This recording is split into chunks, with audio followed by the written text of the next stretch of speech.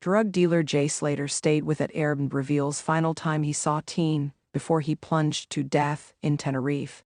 Convicted drug dealer, Ayub Qasim, 31, took the 19-year-old Brit back to an Airbnb in Masca the night before he went missing on June 17.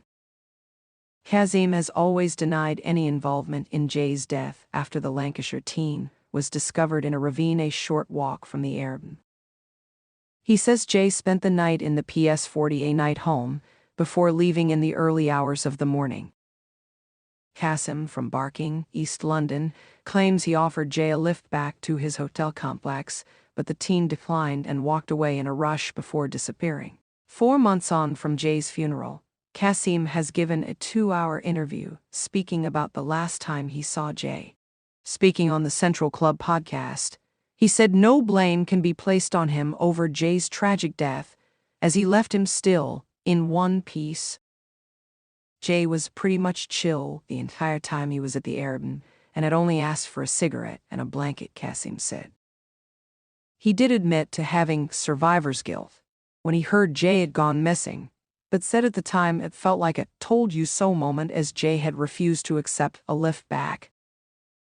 Qasim said he spoke to his pal who first told him Jay didn't make it back to his friends and said, "My reaction was, mate, I told him I'd give him a lift in a couple hours if only he waited.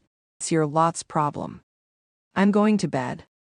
Your mate is sweet, he come here in one piece, he left in one piece, I did my part. The moment he said, I'm going, and I shut my door, that's me out of this." He added, "Sorry I couldn't be your foreign suspect, I apologize. It's not me for this whole situation." Qasim is believed to have drove Jay back to the Airbnb after a night of partying at the NRG festival in Papagayo, Playa de las Americas. There were also joined by a third man who is yet to be formally identified, but goes by Rocky. Jay was said to have been quiet on the drive back to the rented cottage and mostly sat on his phone in the back seat. Qasim has also now revealed that he knew Jay had some concerns over staying at the Airbnb. He said, "I could tell he didn't want to be there." The London-based man also admitted he was sent messages from a friend who spoke to Jay on the morning of his disappearance. In one text, Jay asks about Qasim and a third man staying with the two, saying, "Are these lads sweet?" The 31-year-old said on the podcast, "My pal did says he messaged to say, 'Is your pal all right upstairs?' And my guy said, 'Come off it, he is sweet.' That was about 10 to 20 minutes before he left, I do believe. There was a lot of texting back and forth. He was obviously going through something in his head," he added. Jay then decided he was going to leave and make his way back to his friends Lucy Law and Brad Hargreaves, who were staying at a hotel near to the Tenerife Strip.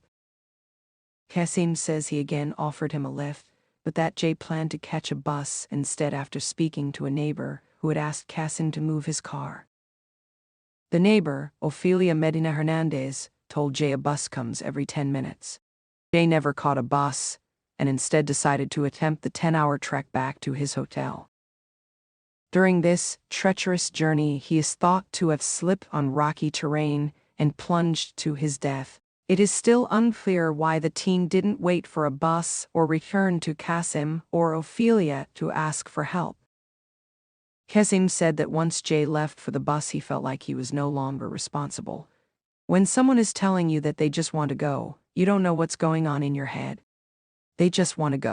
I'm not going to be like, "You're not going, you're staying. I'm just thinking you're safe," sat on the bus stop. Cops are believed to have spoken to Qasim and Rocky in the days following Jay's disappearance and ruled them both out of having any involvement in the case.